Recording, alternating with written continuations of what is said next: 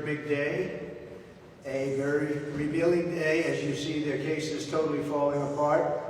They have nothing on books and records, and even something that should bear very little relationship to the case. It's just a disaster for the DA, for the Soros-backed DA. It's a disaster.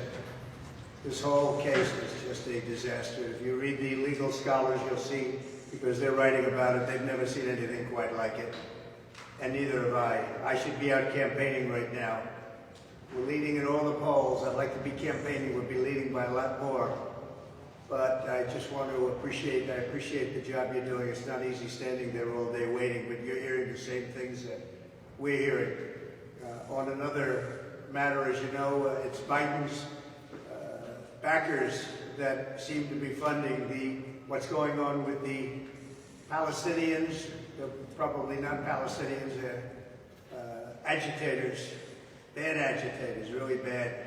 And I think our government ought to find out who they are, where they're from, and treat them the same way as they do the J6 hostages. You got to treat them the same way. These are agitators. They're really hurting our country. It's happening all over the country in cities. You saw what happened last night at the Metropolitan Museum. These are agitators. And in some of the colleges, I think it's about 20% student and 80% others. So this is a big problem, and they better nip it on the bud. And it's a problem from the left, not from the right. This is a problem from the left. And I hope you're going to stress that. The economy is not doing well. You see inflation is through the roof. They're not going to be able to lower interest rates. If they do, it's purely political.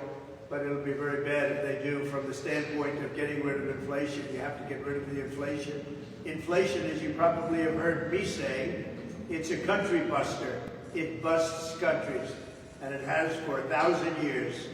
You go back and you look at old-time Germany, you look at a lot of countries that went through the kind of inflation we're going through, and they're busted. They are just broken up in many cases into little pieces, and that's what could actually happen to us. So we have to get inflation under control. We have to get prices down so that people can breathe, people can live, so they can live.